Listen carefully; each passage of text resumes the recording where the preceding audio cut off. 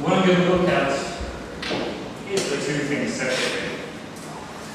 So first, we'll look at comprehensible lecturing, then enjoyable lecturing.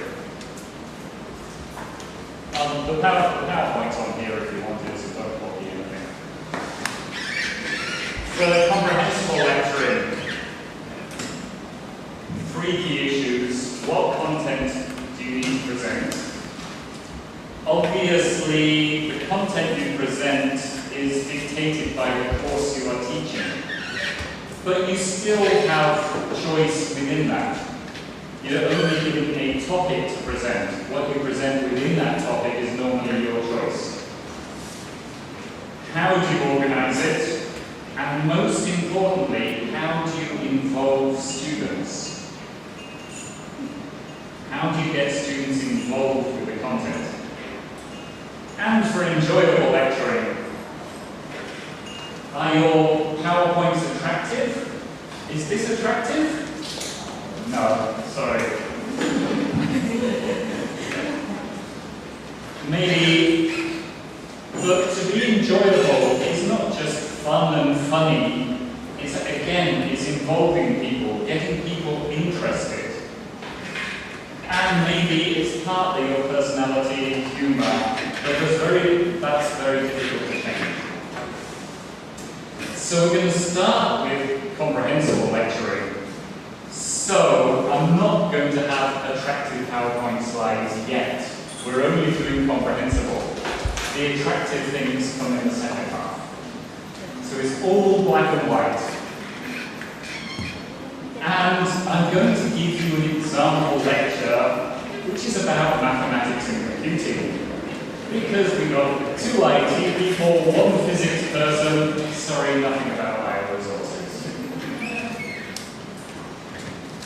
So, we must start with some very difficult mathematics. Oh, that's difficult, yes? Okay. But, obviously, you should be familiar with this as well. This is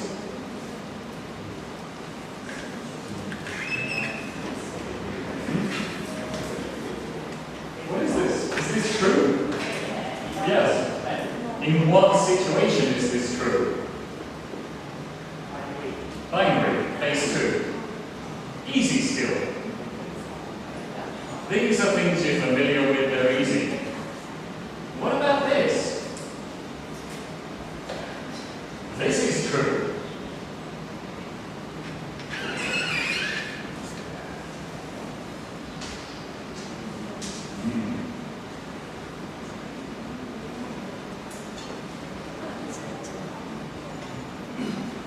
What base?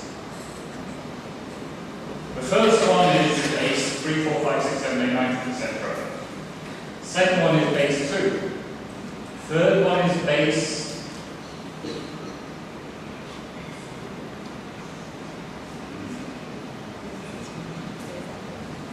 it's base a half. It's base half. That was supposed to be an easy one. This one's a difficult one. This one's the difficult one. What base is this true?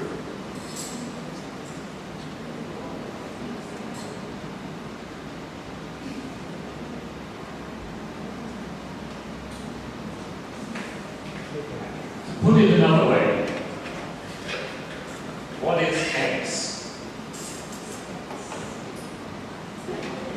This is how bases work. The unit digits in base 10, the 10 digits, the 100 digits, 10 to the power of 2, etc. What base is this true? Maybe you need some help.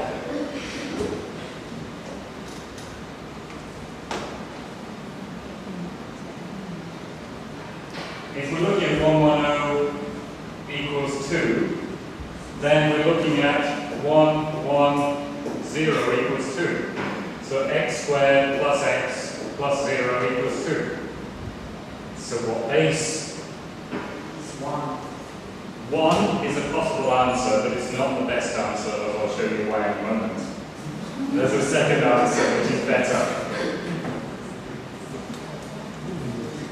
You need more help?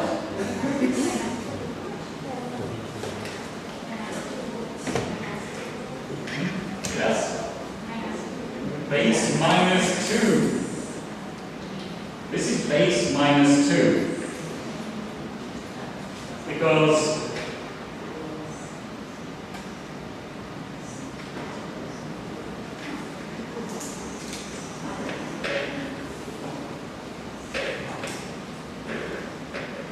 in base minus 2, minus 2 to the power of 0 is 1, minus 2 to the power of 1 is minus 2, minus 2 squared is 4.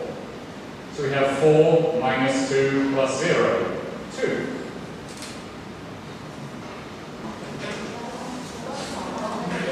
Okay, you suggested base 1. Base 1 is a possible answer, but in base 1, all of these are true.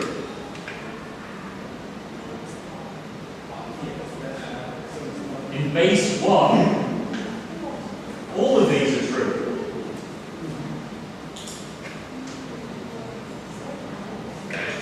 But the first one will be most likely. Because if we use Occam's razor, which I'll explain in a moment, the first one is probably the best one to say for base 1. So, 1 plus 1 equals 110, you're most likely to be using base minus 2.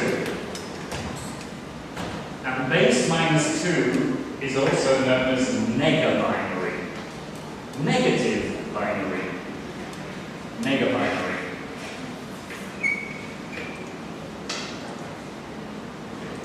So, what is Occam's razor?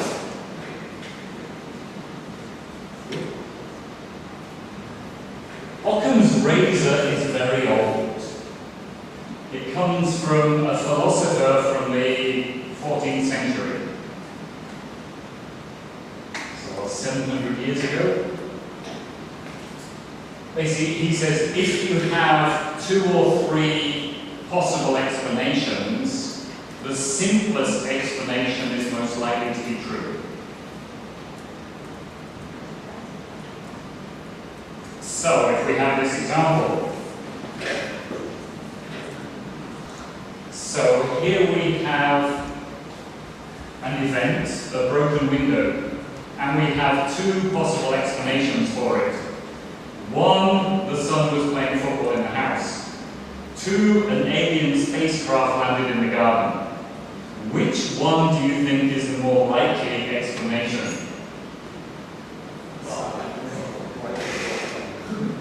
I hope you say playing football in the house. It's an example. You choose the simpler explanation as being more likely to be true.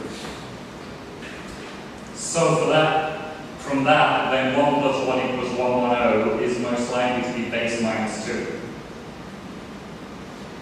So let's have a look at negabinary. Before we do that, just to remind you, binary. So the IT people should be able to tell me everything immediately. 1 is 1, 2 is 1, 3 is 4 is 105. 1.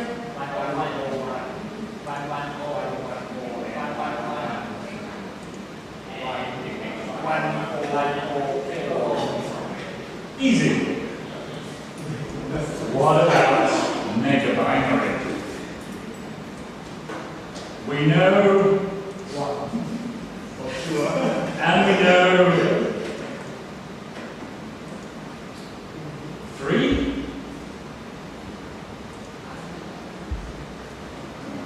This is helpful. This is helpful. So 3 is 111. 4 is easy. 100. 5 is easy.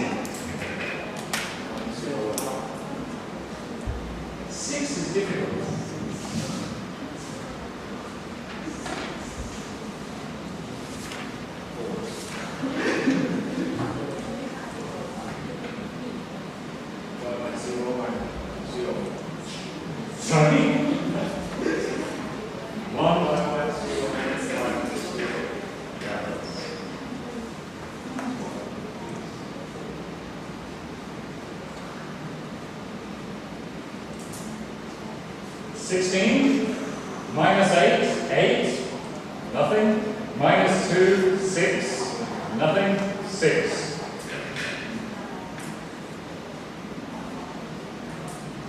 So now 7 should be easier.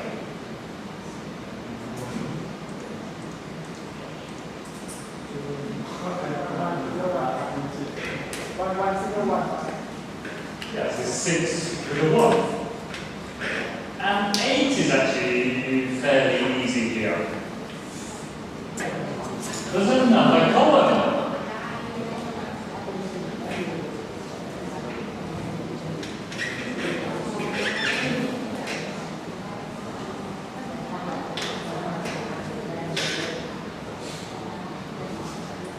There's another column. There are 2 ways to write every number. Every number has 2 representations. Minus 1, 1.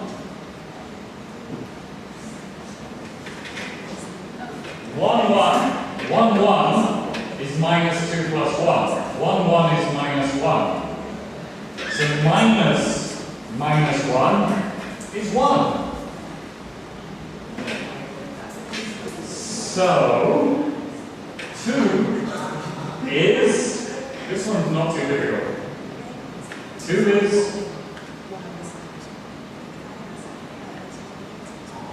all of these numbers are minus numbers. Minus 1, 0.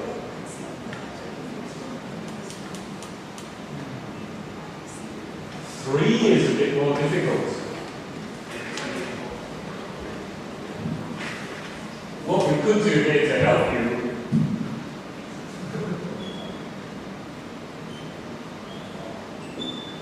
that might help. If they're all minus numbers, these are the minuses of this. So 3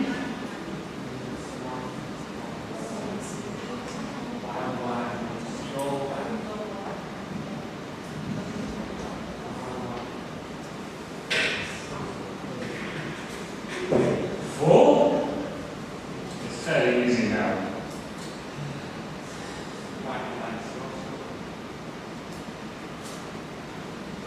5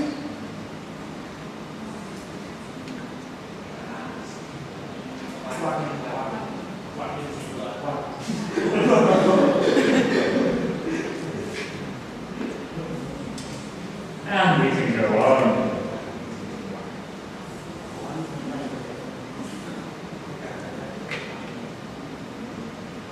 So this starts to be unusual. Every number has 2 representations, positive or negative.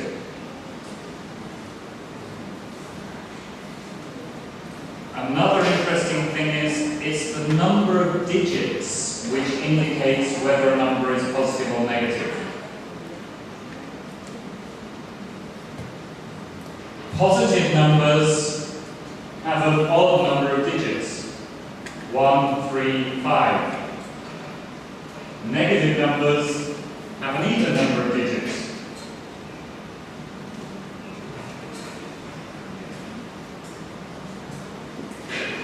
And I don't want to do this because I don't understand it, but you can imagine it starts to get very difficult to add and subtract here, because whether a digit should be viewed as positive or negative depends on its placement. Multiplication is horrible. But there are interesting things. You can use something called parallel tree structures for multiplication. Don't worry about what they are. So, is this interesting?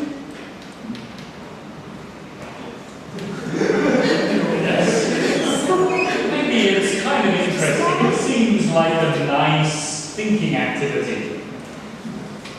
The question is, does it have any applications?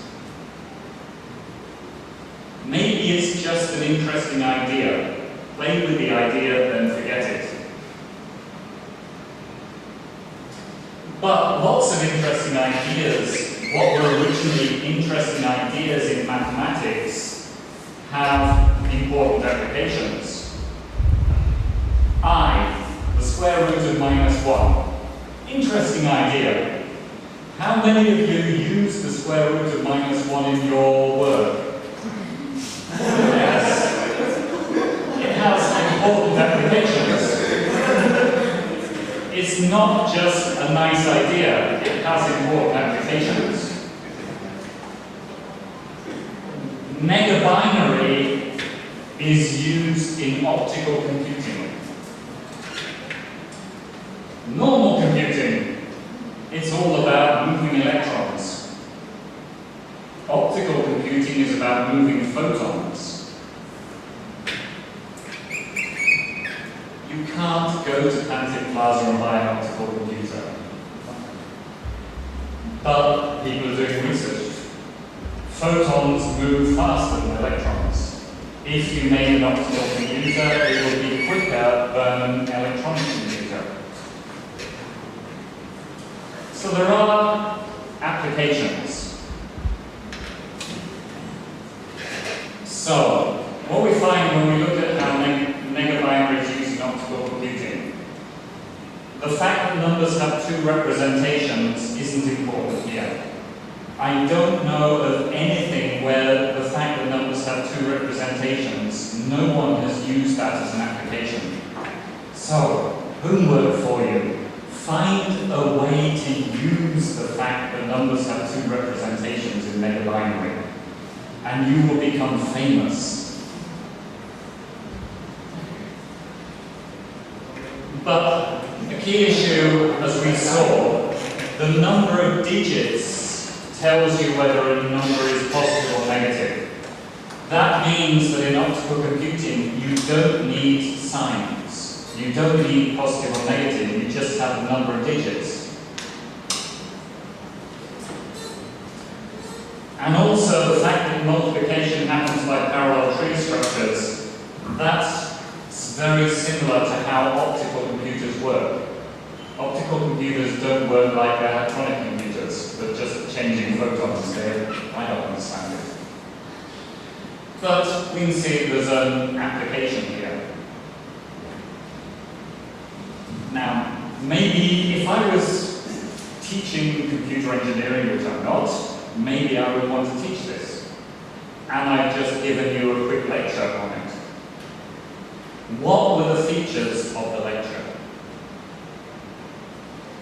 Do you think that this is a comprehensible lecture? It's something which is completely new for all of you, I think. No one has ever met megabinary before. It's totally new for you. We've had, what, about 20 minutes on megabinary. Do you understand it? Roughly, a little bit. You've got some understanding. In 20 minutes, a completely new area of mathematics. Why is it comprehensible? If we go back to the original slides,